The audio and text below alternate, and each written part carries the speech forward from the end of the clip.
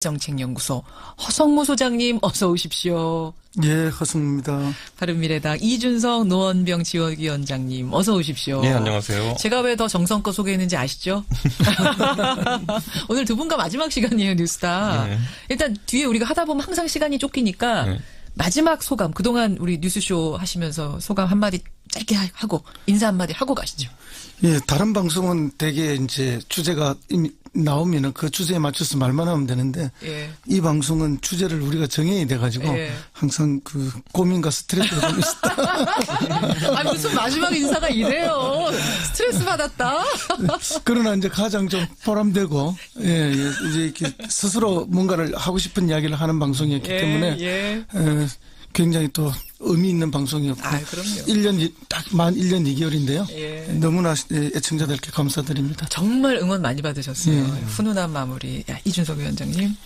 어느 순간 이제 제가 상한가 하한가 정할 때 이 사람들 얼굴이 떠오르더라고요. 네. 그 정한 사람들 얼굴. 네, 개인적으로 예를 들어 제가 언급했던 인사들이 방송 끝나고 나서 바로 저한테 연락 와서 항의한 경험도 있고 그리고 제가 듣고 보니까 제가 그분들의 의견을 좀 더 반영했어야 되는 게 아닌가라는 생각을 하기도 하는데 부담스러우셨군요. 네, 부담스러운데 참 지금 생각해보면은 용감하게도 그래도 서 소장님 제가 한 1년 동안 사회에 진짜 저명 인사들을 언급 다 하면서 여기까지 온 것 같습니다. 특히 최다 언급자인 뭐 홍준표 대표 이런 분들에게는 하한가 최다 기록자. 개인적인 건 아니고 그 당시에 이슈화가 너무 많이 되셨기 때문에 언급했던 거라는 거를 다시 한번 말씀드립니다. 사적인 감정 아니었고 객관적으로 평론했다는 거. 이거 그분들도 아실 거예요. 두 분 하여튼 고생 많이 하셨고 오늘 마지막은 더 정성스럽게 우리가 뽑아보죠.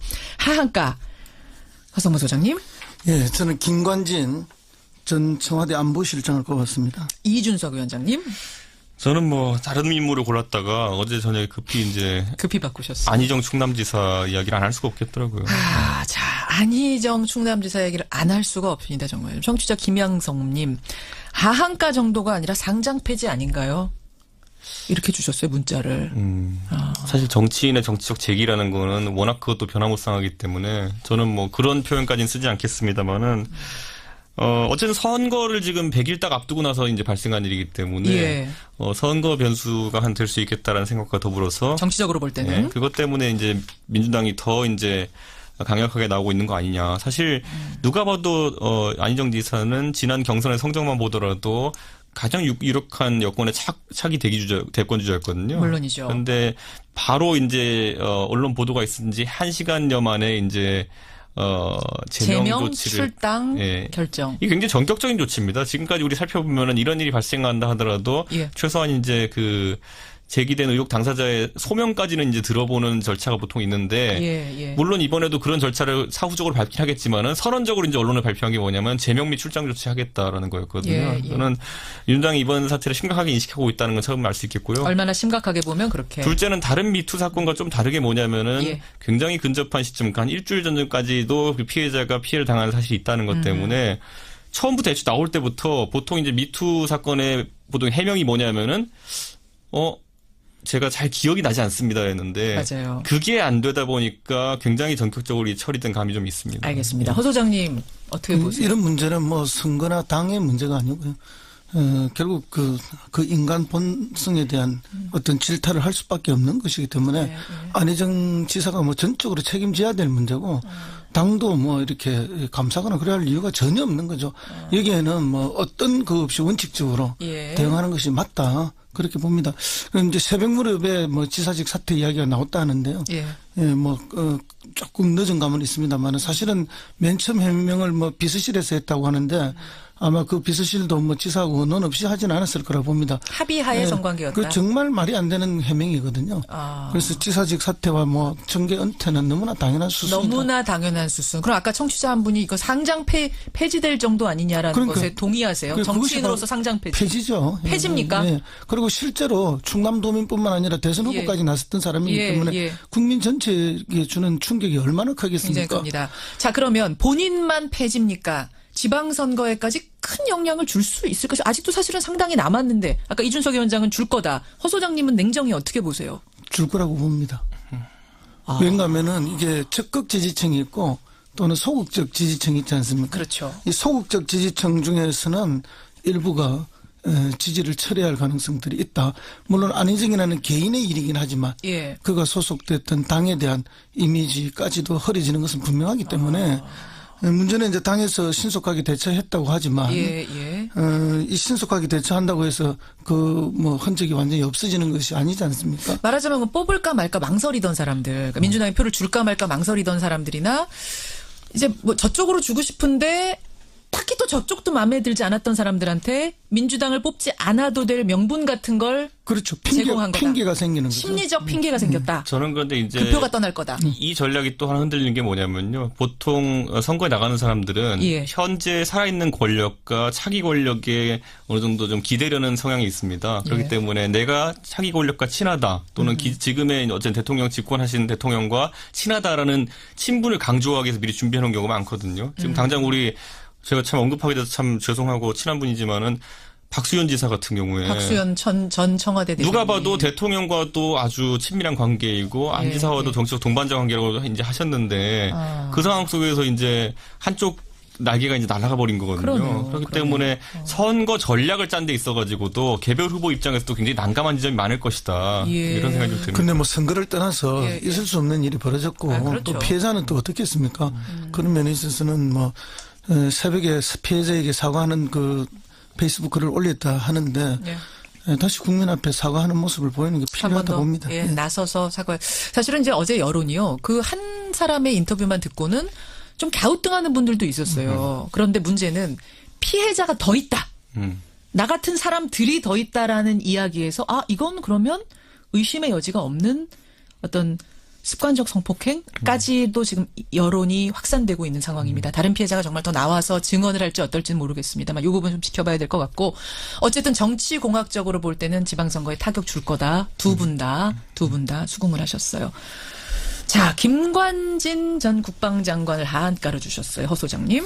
뭐 이미 우리 국민들께서 언론을 통해서 많이 보셨죠. 군 사이버 사령부가 정치 관여했는데 그것에 대해서 이제 수사가 축소되도록 이렇게 지시하고 통제했던 집권 남령이 있죠. 군이 정치에 개입하는 것은 있을 수 없는 일이라는 게 우리가 현대사에서 경험했던 거 아닙니까? 그 현대사의 금기를 깨뜨렸다. 이거 용서받을 수 없는 또 일입니다. 그다음에 세월호 관련해서 이 대통령 훈령을 조작하게 만든다든지 어쨌든 뭐 재난 안전 컨트롤 타워의 핵심이 청와대 안보실인데 그것을 수정하게 만든다. 이런 게 있을 수가 없는 거 아닙니까? 그다음에 지금 이제 나오는 의혹 중에 하나가 무기 업체로부터 로비스트들로부터 돈을 수수했다. 8만 달러 받았다는 보도까지 나왔어요. 그런 게 나왔거든요. 그럼 이게 이제 우리 그 대한민국 현대사에서 금기시되는 것들 다 건드려 버리는 거죠. 그런 거고 마지막에 돈 수수 이 부분은 사실은 이제 우리가 방산비리는 사실은 국가 안보를 안으로부터 깔아먹는 거 아닙니까? 물론이죠. 그러니까 본인이 막아야 될 사람이 저질렀다는 측면에 있어서 이것 또한 용서받을 수 없다. 그렇게 봅니다. 그래서 김관진 전 국방장관이 뭐 지난번에 구속적 부심으로 나오긴 했지만은 다시 한 번 더 고난을 당해야 될 길목에 서 있는 것이 아닌가. 구속될 걸로 보세요? 오늘 결정 나는데?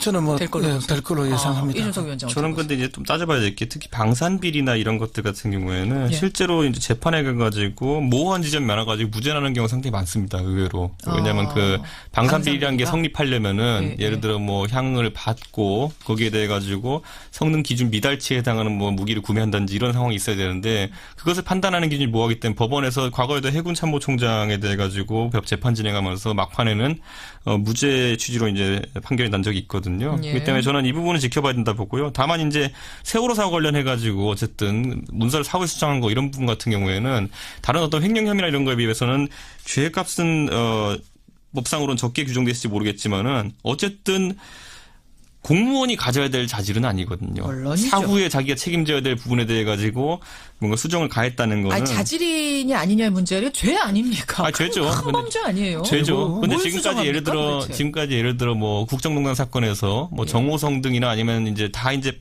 판례들이 하나씩 좀 있지 않습니까? 보면은 그거에 빗대봤을 때 뇌물 횡령에 비해 가지고는 좀 덜하긴 하지만은 이번에 우리가 이야기하는 게 국기문란 아니겠습니까? 국기문란의 관점에서 보다면은 상당히 김관진 장관이 지금까지 갖고 있던 강골 부인의 이미지 자체가 좀 소멸될 여지가 있다라는 생각이 좀 듭니다. 그래요. 구속될 걸로 보세요. 그래서 저는 이건 또 다퉈봐야 될 것 같습니다. 그건 다퉈봐야 될 것 같다. 알겠습니다. 하한가 두 사람 정말 오늘 이 시점에서 핫한 두 사람을 꼽아오셨고 상한가로 가보죠. 상한가도 꽤 핫한 인물들을 골라 오셨을 법한데 허성모 소장님. 예, 저는 윤건영 청와대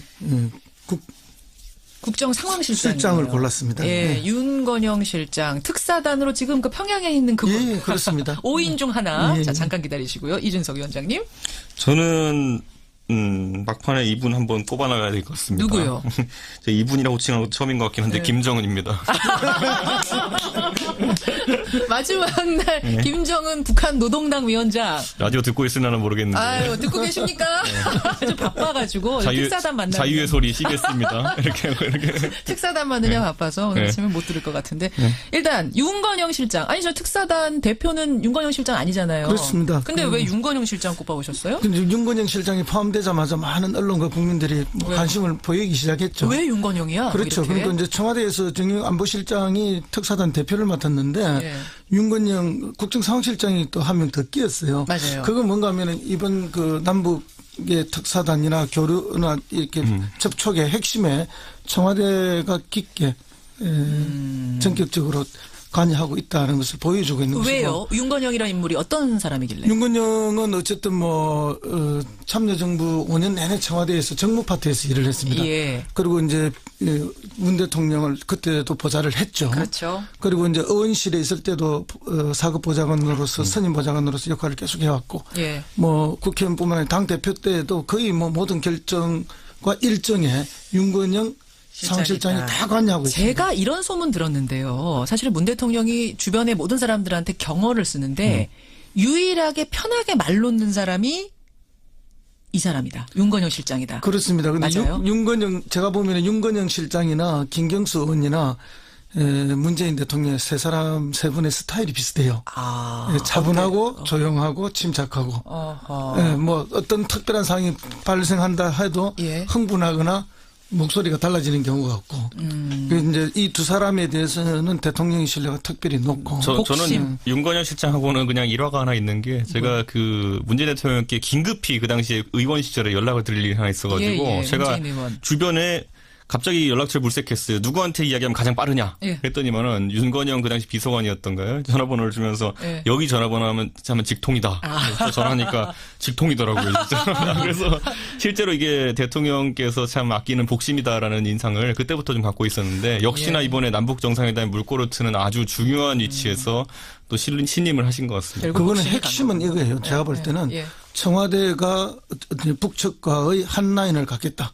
거기에 한 라인의 청와대 쪽 핵심이 윤건영이다. 저는 그렇게 보는 거죠. 마치 김여정이 왔듯이 그렇습니다. 윤건영이 간 것이다. 그럼 이제 사회주의 국가에 있어서의 핵심은 그 서기국이거든요. 당의 서기국이 핵심입니다. 그럼 다 그쪽에 북쪽의 노동당 서기국과 청와대 비서실의 윤건영 사이에 일종의 이제 핵심 실무 라인들끼리 한 라인이 만들어진다. 과거에는 이제 통일부하고 통전부하고의 한 라인이 있지 않았습니까? 그럼 이 절차가 복잡해요. 왔다 갔다 해야 될 게. 그런데 이렇게 되면은 절차가 아주 편리해지는 거죠. 그리고 이제 그 과정에서 이제 숱한 실무 정보야 국정원을 통해서 되는 것이고. 그런 의미에서 복심으로 특사단에 끼인 인물 윤건영 실장 상한가 줄 수밖에 없는 상황. 김정은 위원장.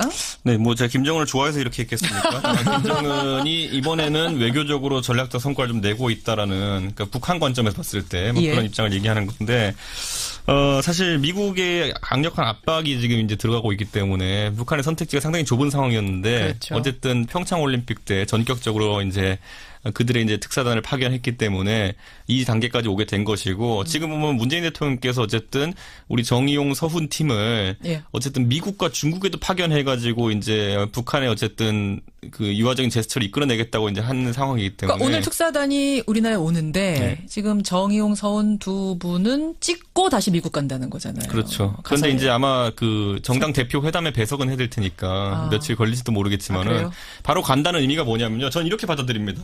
이번에 분명히 대통령께서 아시는 거예요. 이번에 바로 가서 서훈 원장이랑 정의용 실장이 만족할 만한 비핵화 합의를 이끌어내지 못할 것이다. 바로 한술에. 저도 그렇게 생각합니다. 그거는 바늘 허리에 실면 쓰겠습니까? 그렇죠. 그런데 그 상황 속에서 또 그 대화의 노력을 지속시키기 위해서는 결국에는 만약 그게 없으면은 성과가 없다고 나오면은 바로 트럼프 대통령이 또 센 말할지 모르거든요. 그렇죠. 그러니까 우리가 소위 말하는 지금은 곤란하니 조금만 기다려라. 뭐 이런 상황을 만들어가지고 그 트럼프 대통령이 어쨌든 최대한 예우하면서 우리 협상 실무 담당자들을 당신들에게 바로 보내겠다. 이렇게 하면은 정의용 서훈팀이 미국에 가기 전까지는 적어도 트럼프 대통령이 입장을 밝히기 어려울 겁니다. 예, 그 정도의 어쨌든 협상을 위한 시간을 벌어주시는 것도 대통령께서 이번에 대북의 서훈 그다음에 대미의 정의용이 두 분을 엮어가지고 한 팀 만든 거는 저는 굉장히 잘하는 선택이다 이렇게 칭찬하고 싶습니다. 드림팀이라고 어제 박지원 의원이 저랑 인터뷰하면서 그랬거든요. 박지원 의원한테 뭐가 드림팀이 아니겠어요 지금 얼마나 지금 왜요?